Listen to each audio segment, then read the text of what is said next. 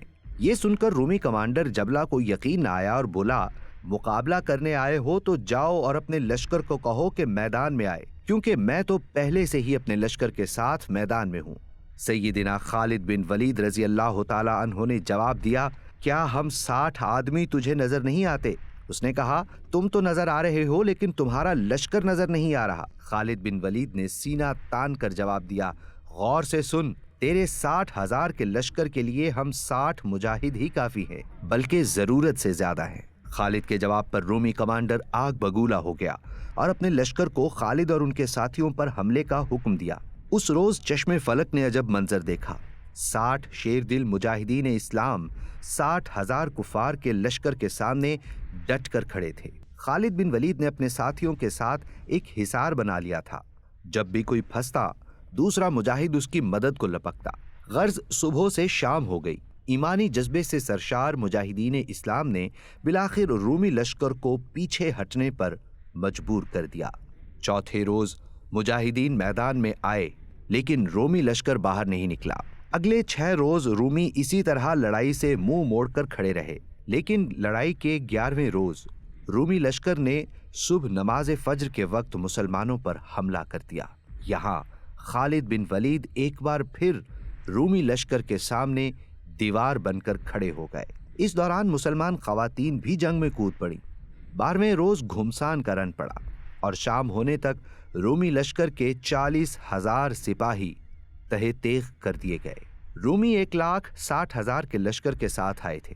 ہزاروں جانوں کے نقصان کے باوجود وہ ڈٹے ہوئے تھے۔ ایسے میں ایک رومی رئیس اسلامی لشکر کے سپہ سالار ابو عبیدہ بن جراح کے پاس آیا اور ایک تجویز پیش کی۔ اس کا کہنا تھا کہ اتنے بڑے رومی لشکر کو ختم کرنا مسلمانوں کے لیے کافی مشکل ہے۔ اگر اس کی تجویز پر عمل کیا جائے تو ایک ہی حلے میں ہزاروں رومی سپاہی لقمہ اجل بن سکتے ہیں۔ حضرت ابو عبیدہ بن جراح نے تجویز مان لی اور مجاہدین رومی کیمپ پر حملہ کر کے بھاگ کھڑے ہوئے۔ رومی ان کا پیچھا کرنے لگے۔ مجاہدین راستے میں کہیں محفوظ ٹھکانہ دیکھ کر چھپ گئے، لیکن رومی بدستور گھوڑے دوڑاتے رہے۔ رات کے اندھیرے میں یاقوسا نامی تیز رفتار اور سرکش ندی میں رومیوں کی پہلی صف گری۔ پھر اس کے بعد جب دوسری صف گری تو انہوں نے پہلے والوں کو روند ڈالا۔ اسی طرح بعد میں آنے والے اپنے سے پہلے والوں کو مارتے رہے اور خود بھی ڈوبتے رہے۔ یوں رومی رئیس کی جنگی تدبیر سے ہزاروں رومی ایک ساتھ واصل جہنم ہوئے۔ جنگ کے 14ویں روز رومی لشکر کے اہم جنگجو سردار جرجیر اور بطریق رومی بھی مسلمانوں کے ہاتھوں مارے گئے۔ یہ صورتحال رومی سپہ سالار ماہان کے لیے کافی مایوس کن تھی۔ ایسے میں اس نے خود ہی میدان میں اترنے کا فیصلہ کیا۔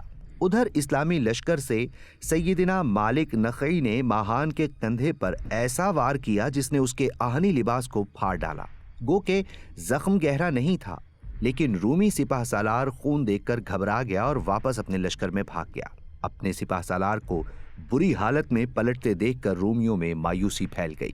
اسلامی لشکر نے اسی موقع سے بھرپور فائدہ اٹھایا۔ امیر نے مجاہدین اسلام کو رومی لشکر پر حملہ کرنے کا حکم دیا۔ رومی جو پہلے ہی ڈرے ہوئے اور تتر بتر تھے، مجاہدین کی تلواروں کے سامنے تھوڑی دیر بھی نہ ٹھہر سکے۔ سارے کے سارے بھاگ کھڑے ہوئے۔ مجاہدین نے ان کا پیچھا کیا اور جو ملا اسے جہنم واصل کیا۔ بہرحال اسی روز جنگ کا اختتام مسلمانوں کی فتح پر ہوا۔ یرموک کے میدان میں 4,000 مجاہدین شہید ہوئے، جبکہ 1,00,000 سے زیادہ رومی مارے گئے۔ خالد بن ولید کی سربراہی میں اسلامی لشکر رومیوں کا پیچھا کرتے حمص تک پہنچ گیا۔ رومی سپہ سالار ماہان دمشق کے نزدیک حضرت خالد کے ہاتھوں ہی مارا گیا۔ سیدنا ابو عبیدہ بن جراح بھی اپنے لشکر کو لے کر دمشق پہنچ گئے، جہاں خلیفہ دوم حضرت عمر فاروق رضی اللہ تعالی عنہ کے حکم سے مجاہدین میں مال غنیمت تقسیم کیا گیا۔ ناظرین، مال غنیمت کی کثرت کا اندازہ اس بات سے لگائیے کہ ہر سوار مجاہد کے حصے میں 14,000 مسقال سونا اور ہر پیدل سپاہی کے حصے میں 8,000 مسقال سونا آیا۔ یرموک میں رومیوں کی شکست کی خبر جب انطاکیہ میں بیٹھے ہرقل کو ملی تو وہ خبر سنتے ہی انطاکیہ سے بھاگ کر قسطنطنیہ چلا گیا۔ یوں بلاد شام اسلامی خلافت کا حصہ بن گیا۔ تاریخ اسلامی کے یہ اہم ترین واقعات آپ کو ان کتب سے پیش کیے گئے ہیں۔ ہماری کوشش ہے کہ ہمارا ہر لفظ مستند ذرائع پر مشتمل ہو۔ مزید ایسے اہم واقعات سننے کے لیے ہمارا چینل سنو مسلم سبسکرائب کر لیجئے۔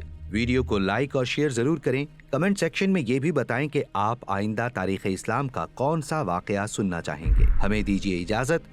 اللہ نگہبان۔